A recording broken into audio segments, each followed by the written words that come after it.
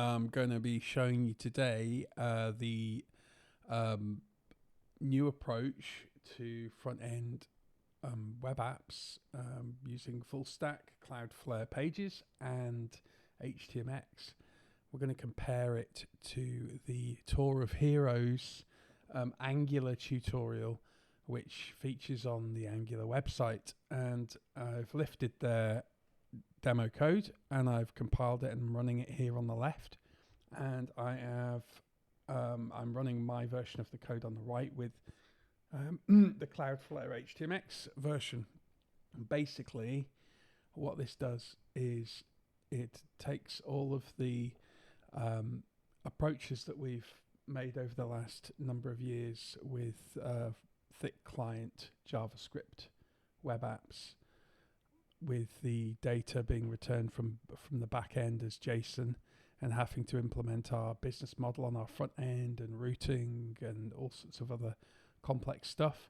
And it replaces it with basic HTML being served from a server, and then the ability to request HTML from any endpoint, whether it be a post or a get or a put, and it returns it as HTML, and then it can HTMX lets you define where in the DOM that gets handled. So for example, let's say we go to add a hero, we can send a put request with pressing that button, and it will send an AJAX request to the back end, and that back end response will add the hero to our model, and it will return us either the full list again as HTML that we can replace this with, or it could even add it as an item and append it to this list either at the beginning or the end. And so we can decide how we handle data that comes back, what it replaces, where it goes. We can handle multiple responses and send them to different parts of the page.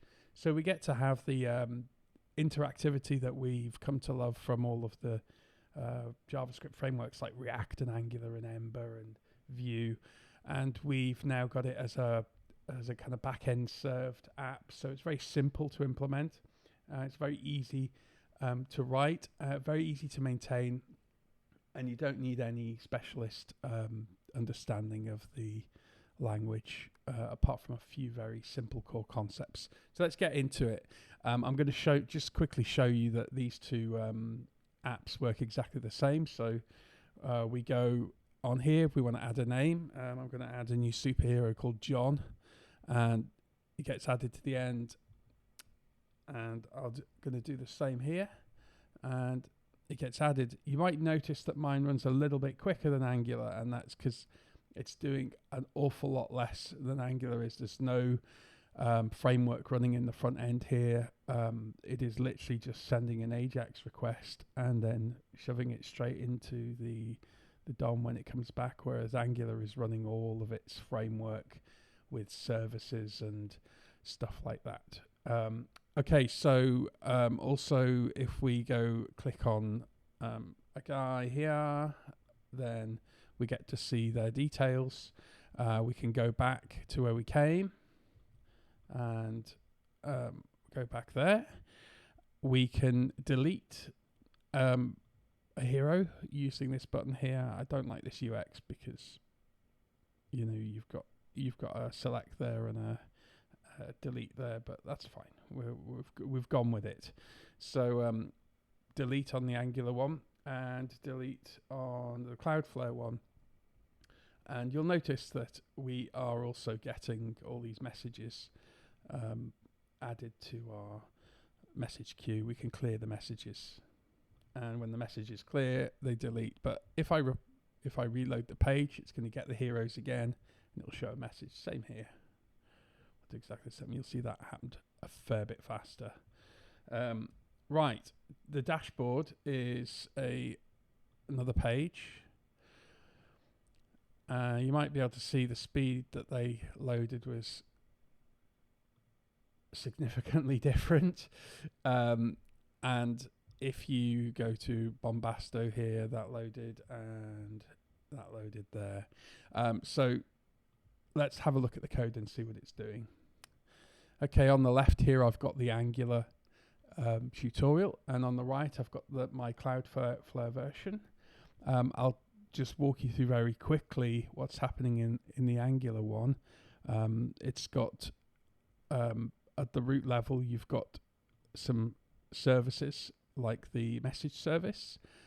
It's basically an injectable class, and this is the in-memory data service, and it's using an Angular in memory. Where there's all sorts of stuff going on here. This is going to be used by the model for for this data, for the heroes data, and in this hero service here, and you can see that it's having to use RxJS in order to get asynchronous behavior, and you need to understand RxJS, which is quite complicated to get your head around if you've not done any functional reactive programming before. And so you have this concept of piping things through and mapping, and then on the component end you subscribe to these streams, these observable streams that you can then get these events from, and then draw them. And that is not an easy thing to develop. Let's have a look at the actual code itself. So you've got a bunch of boilerplate code here required to get things set up in terms of the modules, saying where the inputs are and the declarations of the different components. Then you're going to bootstrap the app component. So there's quite a lot of stuff now. Angular do have a CLI that helps you with all this stuff, but it is generating a whole bunch of stuff that needs to be built. Here is the root level HTML component, which is taking a title. Now you need to realize that in Angular there's effectively these 3 files associated with every component. You've got your TypeScript file, which is the component itself, and that's the declaration of the component. Decorates it there, and it tells this is us telling it what it's going to be called, so we can reference it elsewhere in other components, what the template URL is, what the style URL is. So that's there, that's the style, and then it's the HTML, and then this is us using either things that are global to the app. So the router outlet lets you do routing. The app messages is something that we declare in here in this component. It's quite difficult to figure out when you're looking at things where they've been declared, what they're called, because obviously messages is declared as app messages in here, and we have to know that in this messages file it's been declared here. That becomes very difficult to track as you scale your application up, where all these things are. And you can see there's quite a lot of separation out here. You can't see immediately from your HTML what's going on, because the behavior of that is basically dependent on this TypeScript file and whatever's going on inside the messages component class here. Also, you have got a bunch of Angular specific directives here for doing things in the DOM, like looping through these messages, and so you need to know the syntax for that, how it works. Things like click here, it's not standard HTML, this is Angular stuff. It's intercepting these click messages and handling them in a JavaScripty way. So you get the idea. There's quite a lot in these components. The HTML is not very readable in terms of functionality. CSS, and there's a lot of CSS because it's not using. You can use Sass and things like that, but I'm going to show you the way that I've solved this problem. I prefer to use Tailwind for styling because it's modular and very descriptive, and you can abstract stuff away. So in my CSS file here, I can do things like this, where I define like a nav button style, and then I apply a whole bunch of other styles to it. If you haven't used Tailwind before, have a look at it. It's great. But what this allows us to do is to define components that are a bit more easy to manage, easy to update and understand at a glance, rather than having to dig deep into all of the selectors in CSS files and stuff like that. That's made more complicated in Angular because these are all locally scoped to the component. And then you can have global scope CSS as well. So, right, let's get into what I've done here with Cloudflare. So, the way Cloudflare functions work is, pages work, is that you have a functions folder which defines all the different routes. So it's a bit like if you were using Next.js or one of those frameworks, you have a root. You'd normally have a routes folder. This is called functions, and it works just the same as all the others. If you have an index.ts file in the functions folder, it considers that the root. So this is, or if you're American, it's a route. Here we have our way of defining what kind of an endpoint these are. So an on-request get tells Cloudflare that if there's a get request made to this route route, or however you want to say it, then it gets handled here. If it's a post request, it gets handled here. We could also use put or patch, and we can use multiple files or anything like that. So I'll show you how I've solved this problem. So the index for us is the same as the dashboard. We don't need to define the routing like they have in Angular with the dashboard and redirects and stuff like that. We can do redirects with Cloudflare, but this app doesn't require it. This page here, when you hit the root, what's going to happen is that it's going to draw this DOM. Now I have created a wrapper function.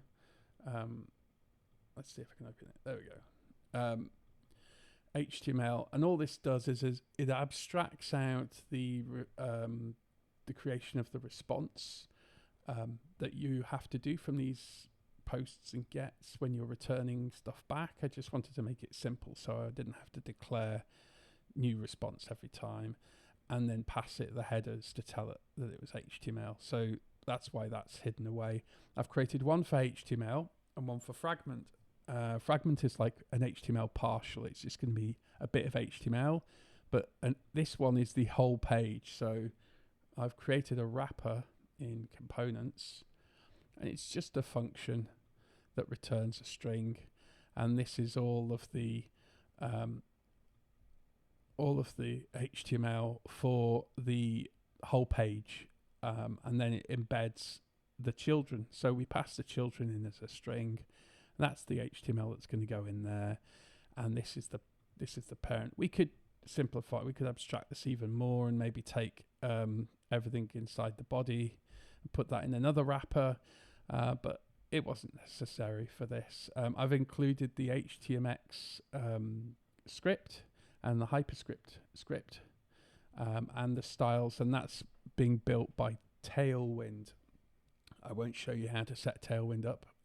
It's very simple, but you can do that pretty easily, setting Tailwind up from scratch, but it's already set up in here. And if you run the terminal, and I've got a script which is Tailwind watch, and if you run that in one terminal, that'll just build the Tailwind or watch it. It compiles this Tailwind CSS and all of the kind of base components and things like that into one styles CSS, and it shoves it in the static folder. The static folder is something that Cloudflare understands as a statically served web site, if you like. It's just a folder that serves all our static content. So we can have our CSS in here, and we can have images and things like that. And the functions folder is the one which is called by the by Cloudflare pages when we route to different endpoints. So what's happening here is it's getting the wrapper HTML for the whole page, and whatever HTML we've just generated, it's wrapping it up, and then it's telling our browser that it's an HTML file. It's as simple as that. So it's just we're going to start writing functions here that create DOM, and then we're just going to call this HTML file and render them to the page. Otherwise, if they're not a full page, we're going to return them just as a partial, just as a fragment of HTML, and I'll show you what's going to happen with that. So here, the onRequestGet, what this does is it embeds this HTML in the wrapper HTML that we just saw, and it displays a loading tag, just a loading piece of text there. And I'm also including this search function. So what I'm able to do is I've created a folder called components, and you'll notice I've created aliases, path aliases for these different things in source, so that I can access them nicely from inside the functions here. And I can just define a component in here, and all it is it's just a function. I just export a default function. I can pass it stuff if I want to and render that. So for example, here's a hero link. I pass it a hero and I render a hero link. It just makes life easier to abstract these components out, just as if we were using React or Angular or anything else. But as you can see, it's quite easy to read. It's just HTML. Anybody who's got any experience in TypeScript and HTML will be able to understand this. You have now got a search function here. So that's just drawing the search box and keeping it nice and separate for us. And it's shoving it in this part of the DOM here, and then it's rendering it out to the page. So when we render the page, our root page, we get this. Now, I tell you what, I'm going to just disable this trigger right now, and you'll be able to see this is exactly what this get is drawing here. It's just drawing this with a loading a little loading text there, hint. What's actually happening when I add that trigger is it's telling HTMX that when the page is loaded, to go and create an AJAX request to the root, to the index root, which is a post request, and I'm handling that just here. So it's the same root, and it's now a post request that we are handling.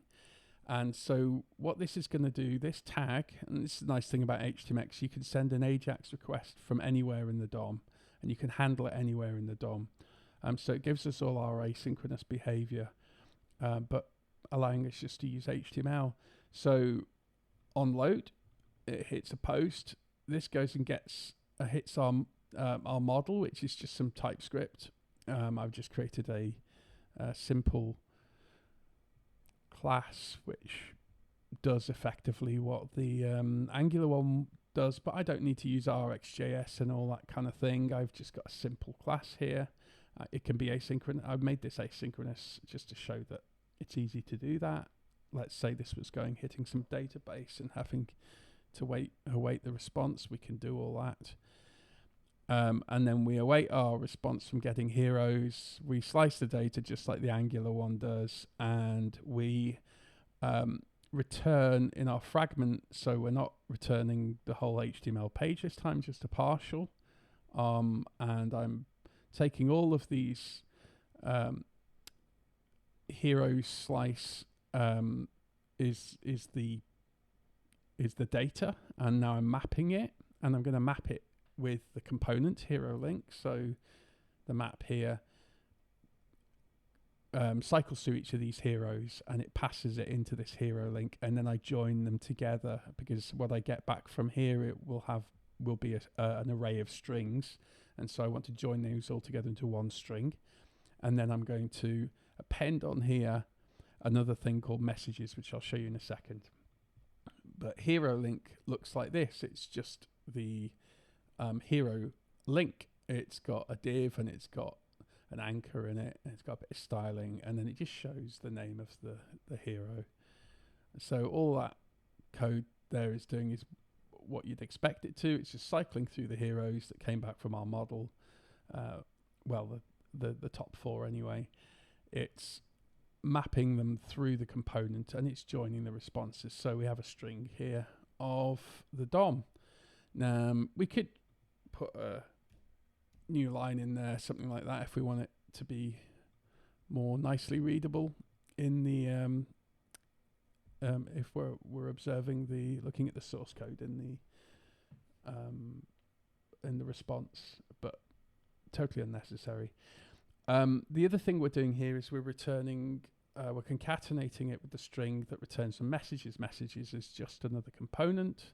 It's just a function. It just returns a string. It takes a string of messages, and those string of messages has come back from our messages model, which again is just a class with an array in it, which we can get messages and add messages and clear messages. All the messages here get piped into this messages component here, and we actually do the looping in here and rendering each of those little message elements that we see in the UI there. The clever thing with this is that we use something called HTMX swap OOB, and this allows us, so this response back from this post request is handled by this tag here because it triggered it, and it gets the AJAX response back, and by default it replaces its contents with the response. The response would have been all of this stuff, but actually we don't want it to replace the contents with all of that. We just want it to replace it with this bit, the heroes, so that we replace that loading tag that we had before with those 4 styled links that we've got. We didn't want the messages to also be rendered in there as well. We want the messages to be rendered down here. Now this is one of the great things of HTMX. We can use these out-of-band swaps, which tell HTMX to look for this ID, the matching ID messages, and instead of putting it in where it was called, it targets it to this ID. And so in our HTML wrapper, you can see that we have like a div. We have got a div in there with an ID of messages. It's just empty. Now the first time this loads, this actually does a similar thing to what we just saw in the other component in the other page. When the page loads, it triggers a post to messages. Messages is an endpoint. Messages returns the data of all the messages, and it renders the fragments of messages. It either returns nothing if there aren't any messages, or it renders our messages component with all of the little LIs showing our messages. So this is quite a cool pattern, because what we can do is we can get data, we can request something from the back end, and it can return us some HTML right back where we asked for it, or we can target it somewhere else. If you're only returning one thing from the back end, you can actually use the HTMX target right from the tag, and you can determine exactly where this response goes. And so let's say that the list was somewhere else. I could tell it to go and put it somewhere else. So that will this would now actually put this bit, the response from that bit, wherever I've got an ID of list, and it would put the messages bit in the messages one, because that's an out-of-band swap. there's quite a lot of little bits there to understand. But once you understand the idea of HTMX and how it is triggering different AJAX requests and handling them, that's all you need to understand to solve all the different problems of a web app. And you can see that actually we got all of the functionality that we needed out of a very small amount of code. The details page here. So when we go to a details page, we've got a get there that just returns a loading again, and then it triggers. Now this pattern is nice because, like I showed you before, when we initially load the page, and it's probably far too fast for you to see there, but when we initially load the page, let's remove this load again so you can see what's happening. That's what the initial page load returns. Then it automatically triggers the load, and then that goes and hits this post endpoint, which then gets all of our data asynchronously and fills it in. This will give us the feel of a responsive and reactive front-end application that is not being served from the back end, but actually it is being fully served from the back end. There's no complexity to manage here. There's zero build.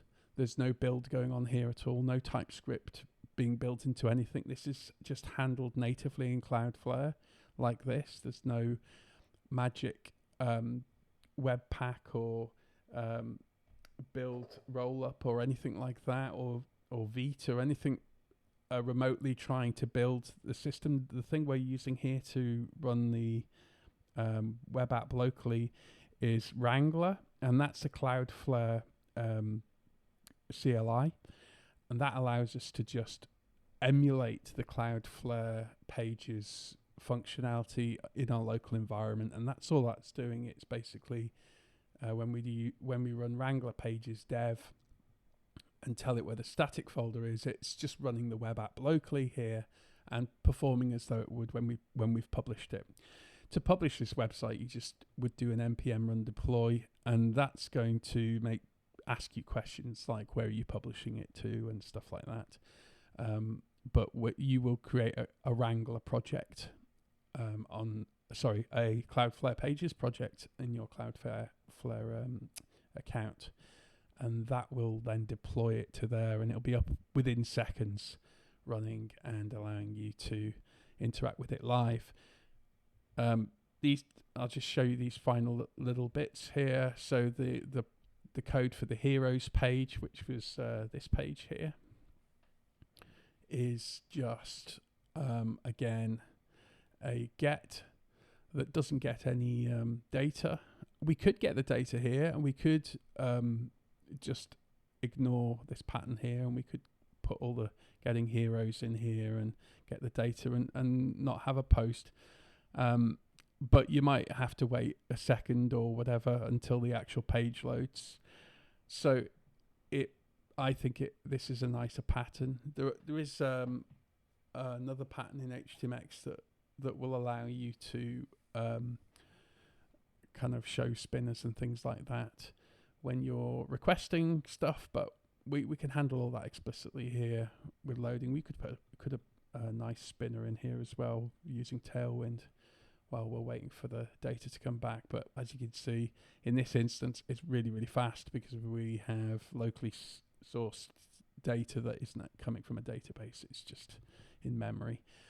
And then here we go. Here's our functionality for adding a new hero. And this request here is a Cloudflare Pages thing. And it's very similar to an Express, a Node Express request. And we can get the form data out of that, get the name, which is the thing that's being submitted in our form. We can then add the hero to our data using our model, and I've made it so that when we add a hero, it returns the whole list of heroes back, the new list of heroes, and we get all the messages. We're adding a message there saying we've added the hero, and then I'm returning the new list of all messages, and then I'm just returning that fragment of HTML with the new heroes list and the message that's going to get published to the messages.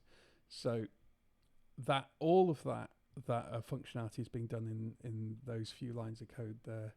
Nothing hidden, nothing magic going on behind the scenes, no libraries being used at all. This is just pure TypeScript and Cloudflare. And these components are the things that are drawing, where I've basically wrapped up the and abstracted away some of these classes that we wouldn't want to put all this in one place. We want to have like a hero component and our hero details component. I've got a hero error here, which returns if you try and force navigate to a wrong page. So that's a real hero, but let's put a bad one in. And that tells us the hero doesn't exist, because when we in this ID TS here, which this is Cloudflare's way of, a bit like Next.js or any of the others, it's a variable parameter in the path there. So heroes / and then anything.ts, and we get that back through the params ID, and that gives us our ID. So we get it there in the get, so that we can trigger the load, and we trigger the load, and we get the params ID out again, and we get the hero. And if we have a hero, then we show it, but if we don't, like we just experienced, we return the error. So I hope this has given you an idea for the kind of thing you can do in Cloudflare and HTMX, and we can basically emulate all of the functionality that's in their tutorial without breaking a sweat, because it's very simple. It's just TypeScript. There's no build system. We're using Tailwind to style, but we could have just as easily used CSS or anything else. I just prefer Tailwind. And you can see that it's very easy to handle these endpoint requests and return HTML instead of just data.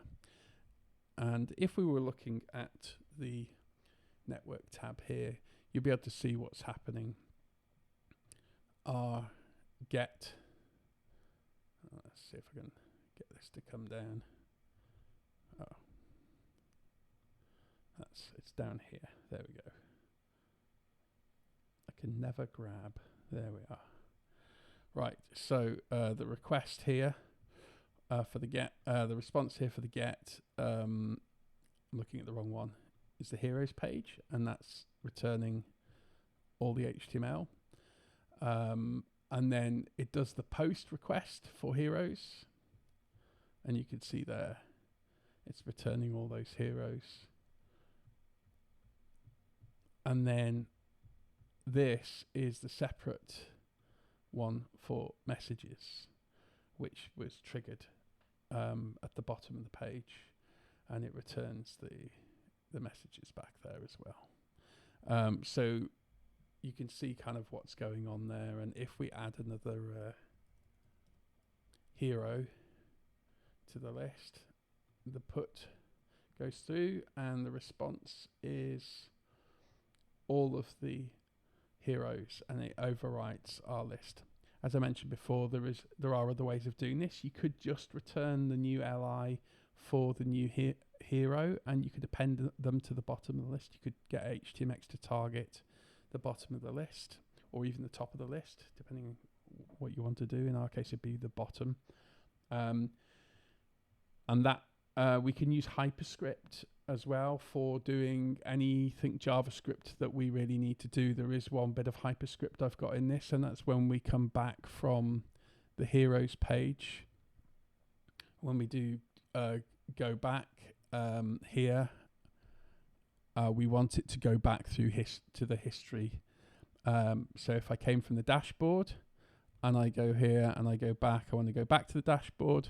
But if I came from the heroes and I won't go back, I want to go back to the heroes page. So I used a bit of hyperscript to do that. And you can see in the hero details that there is a bit of hyperscript here that says on click, go back, and that's it. Well, thank you for listening, and please do subscribe and ask any questions in the comments below, and I will try and address them. And if there's any more stuff you'd like to see about this, do let me know.